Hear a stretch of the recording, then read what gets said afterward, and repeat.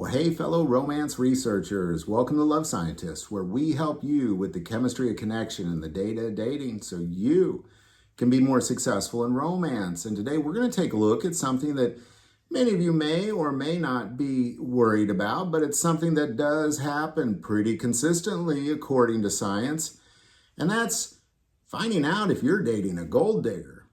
Now, let's be clear, being financially aware isn't a crime. But when someone uses love for money, we've entered gold digger territory. So today on The Love Scientist, we're breaking down the 5 evidence-based signs that your relationship may not be about you, but about your wallet.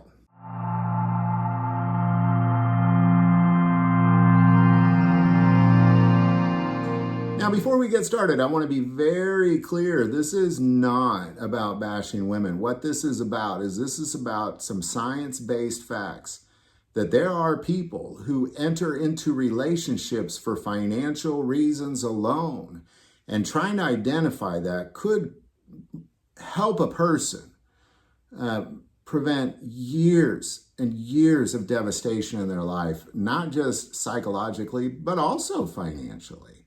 So with that being said, you got to answer the question, yes, this also goes both ways. Many times men are bigger gold diggers than women. Men are constantly exploiting women for financial reasons. So this can go either direction. Be very clear on that. All right, sign number 1, excessive emphasis on wealth in early stages. If he or she is asking what car you drive before your last name, pay attention. According to Lai et al., 2002 Hierarchies of Mate Preferences, and Buss and Schmitt, 1993, Strategic Pluralism and Resource-Focused Mating, studies show that some individual men and women pursue short-term mating strategies by targeting high-resource individuals. Asking early about income, assets, or lifestyles is usually some sort of a clue. Context, of course, matters, but repeated focus on money before real emotional connection is a classic sign. And oftentimes, it isn't necessarily the only sign, and it's certainly not a certain sign. Let's be clear on that, because I think all of us, especially as we get older and we're looking for a potential partner, we care that they're financially resourceful at least. Things like they have a job, maybe ideally have insurance, own a home, things like that. So there's a difference, and be very clear on that. It's an excessive emphasis on it. It's one thing to just, hey, what do you do for a living kind of thing, which is, I believe, a rude question to ask somebody in the first place, but I don't think that's a sign. It's the excessiveness that counts. All right, number 2, transactional affection. Does his or her warmth only show up after gifts, trips, or financial favors?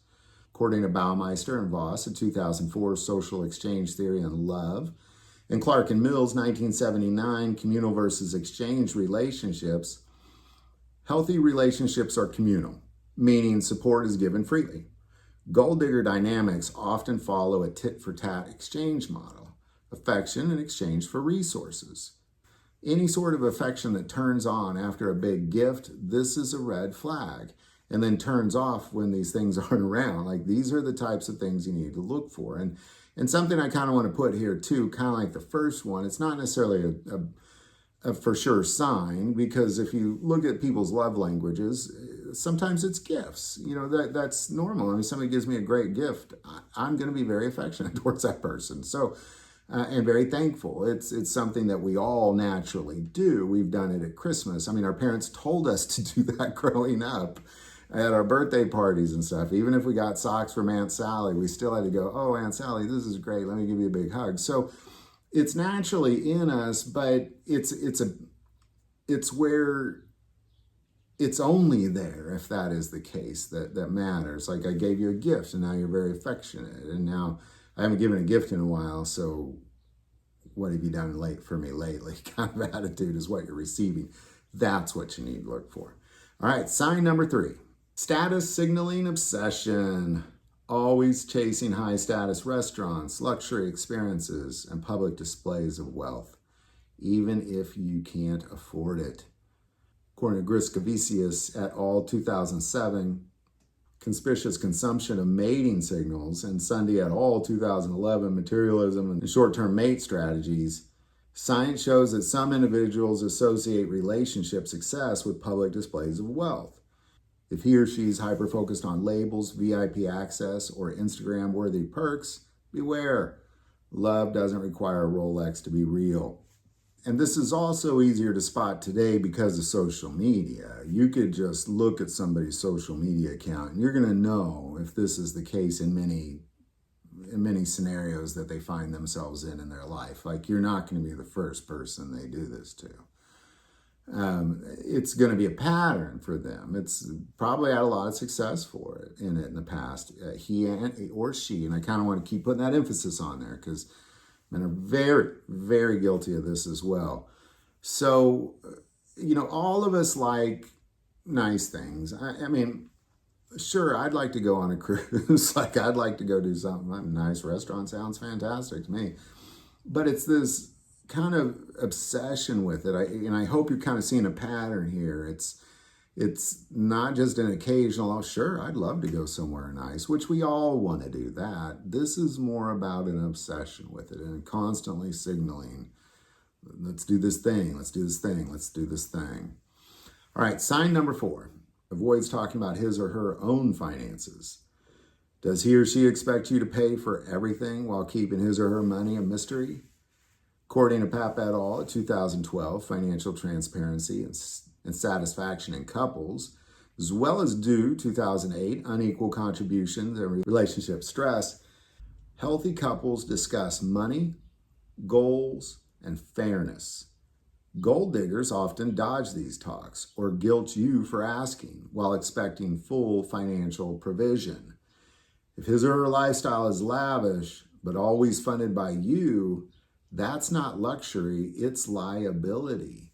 And oftentimes, the reason people don't want to talk about their own financial situation is because they've devastated it, usually. Gold diggers are the type of people that rely on others for that financial success. So when they're on their own, it's devastated. And they don't want to talk about it. They probably don't have credit cards. They don't want to talk about it. Finances isn't necessarily the first thing you should talk about, and we kind of go back to sign number 1. But you'll see a pattern. Again, you'll start to see a pattern. You're paying for everything. She or he's paying for nothing. You bring it up, it's just a guilt trip. It's narcissistic is what it is, and it'll show. But the thing is, oftentimes we are blind to these things because we are so in love and we think, well, who will ever love us like this person? And you have to be smart enough. All right, sign number 5. Sudden withdrawal when money changes. Here's the ultimate test. What happens when money slows down? According to Sprecher, 1998, Investment Model of Commitment, and Simpson et al., 1992, Resource Shifts of Relationship Dissolution, studies show that partners driven by genuine connection tend to stay committed during financial downturns. Gold diggers? Not so much. If he or she disappears when the perks disappear, so did the illusion. Real love shows up, even when the credit card doesn't. There's all sorts of other things you should look for in a potential partner, and that is a sign of many red flags, not just financial, not just gold digger red flags. You should be looking out for in a relationship is when it gets hard, they're gone. Like, the problem with this is that life gets hard, and it gets hard for you, it gets hard for me, it gets hard for him or her, or it gets hard. And that's oftentimes why we want a partner, is we don't want to go through those things alone. We want somebody to help us through them, and then we help them through their hard times. Being attracted to stability is human, but exploiting someone emotionally for material gain, that's straight up manipulation. If you're seeing 2 or more of these signs, slow down, protect your heart and your finances. Now, if you've ever spotted gold digger behavior in real life, Drop your stories in the comments below. Don't forget to hit that subscribe button. And we've also put all of the scientific sources below.